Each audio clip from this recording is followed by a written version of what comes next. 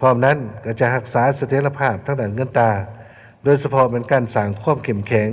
ให้แก่คลังสำรองเงินตราและสร้างคุณค่าของเงินกีบให้สูงขึ้นโดยการค้นคว้านโยบายเงินตราเป็นต้นนโยบายอัตราดอกเบี้ยให้เหมาะสมตามทิศทางการสร้างคุณค่าให้แก่เงินกีบพร้อมนั้น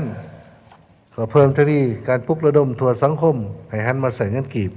โดยเฉพาะเป็นภาครัฐเพราะเขาจะได้เป็นแบบอย่างนำผ้าส่วนมาตรการละเอียดทานผู้ว่าการธนาคารแห่งสปป.ลาวก็ได้ชี้แจงต่อบรรดาทานในวันนี้ไปแล้วบุรุษท่านเก่าเกิดเป็นคนลาวต้องใจกล้าต้องอยู่คู่ฟ้ามากเพชรที่หนูหูเฮ็ดหูใสหูเอาใจหูอินดู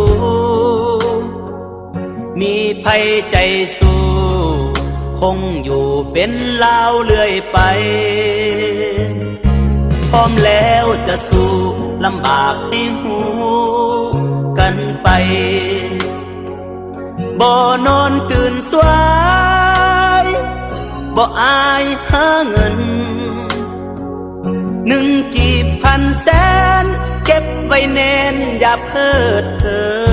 นทำลายแนวคิดจ่ายเกินบ่ใส่เงินผิดทางกฎหมาย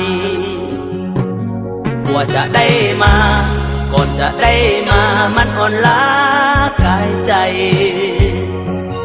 เอาเก็บเอาไว้ควรเก็บเอาไว้ดื่มไปเสมออย่าให้โบยบินถ้าบ่อยากยินคำว่าเงินเฟ้อปราบปรามพวกที่ละเมอเฟ้อฝันน้ำสาดอื่นเขา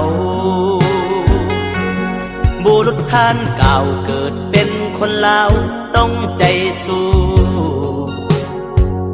บอกเขาให้หูหากใครสนใจเงินกีบเงินลาวบุรุษของเฮาตั้งชื่อไว้หีบโหมห่วมจิตห่วมใจเก็บเอาไว้เพื่อวันข้างหน้า